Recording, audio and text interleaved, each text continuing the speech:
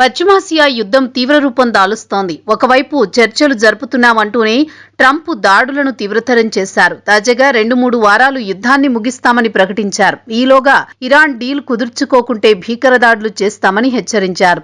Iran అణు ఒప్పందానికి అంగీకరించకపోతే విద్యుత్ ఉత్పత్తి కేంద్రాలను లక్ష్యంగా చేసుకుంటామని వార్నింగ్ ఇచ్చారు. యుద్ధం మొదలై నెల రోజులు దాటినా ఇరాన్ వెనక్కి తగ్గడం లేదు. ఇజ్రాయెల్తో పాటు అమెరికాకు మద్దతు ఇస్తున్న గల్ఫ్ దేశాలపై ప్రతీకార దాడులు కొనసాగిస్తోంది. కానీ ట్రంప్ తాజాగా ఇరాన్పై ఇప్పటికే చేసిన దాడుల్లో నౌకాదళం, వాయుసేన పూర్తిగా నాశనమయ్యాయని పేర్కొన్నారు. చరిత్రలో ఏ దేశమూ దెబ్బతిననంత తీవ్రంగా ఇరాన్ను దెబ్బతీశామని ప్రకటించారు. ట్రంప్ తన ప్రకటనలో కీలకమైన అంశాన్ని ప్రస్తావించారు. హర్మూజ్ జలసంధి గుండా మాకు ఇరాన్ ఇంధనం అవసరం లేదు అని స్పష్టం చేశారు. ఇతర దేశాలు కావాలంటే ఆ మార్గం గుండా వెళ్లి నూనె తెచ్చుకోవచ్చు లేదా అమెరికా నుంచే కొనుగోలు చేయాలని ఉచిత సలహా ఇచ్చారు.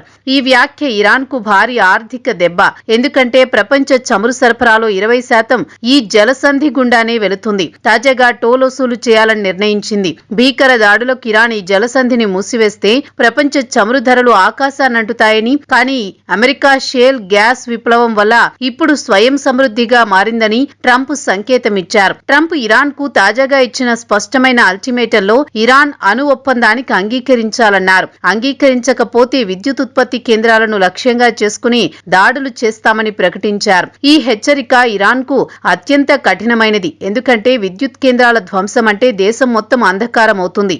ఇజ్రాయెల్ ఇరాన్ పై దాడులు చేస్తోంది, కానీ అమెరికా మాత్రం త్వరగా నిష్క్రమించాలని భావిస్తోంది. ఈ విషయంలో అమెరికాతో ఇజ్రాయెల్ విభేదిస్తోంది. పాకిస్తాన్ మౌనంగా ఉండి అమెరికాకు ఎయిర్ బేస్లు అందించిందని ఇరాన్ ఆరోపించింది. సౌదీ అరేబియా ఇరాన్ కు వ్యతిరేకంగా అమెరికా కూటమికి మద్దతు ఇస్తోంది. తాజా అల్టిమేటం నేపథ్యంలో ఇరాన్ ముందు 2 మార్గాలున్నాయి. ఒకటి అణు ఒప్పందానికి అంగీకరించడం, అంటే యురేనియం సమృద్ధిని పరిమితం చేసుకోవడం, అంతర్జాతీయ పర్యవేక్షణకు లోబడడం. రెండోది విద్యుత్ కేంద్రాల ధ్వంసాన్ని ఎదుర్కోవడం, అంటే దేశం మొత్తం చీకటిమయం కావడం. ట్రంప్ వ్యూహం స్పష్టం చేశారు. ఇరాన్ను ఆర్థికంగా, సైనికంగా పూర్తిగా బలహీనపరిచి ఒప్పందానికి బలవంతం చేయడం. 2-3 వారాల్లో భీకర దాడులు చేస్తామని హెచ్చరించడం వల్ల ఇరాన్పై మానసిక ఒత్తిడి పెంచింది. ఇరాన్ లొంగిపోతుందా లేదా చివరి వరకు పోరాడుతుందా అనేది వచ్చే 2 వారాల్లో తేలనుంది.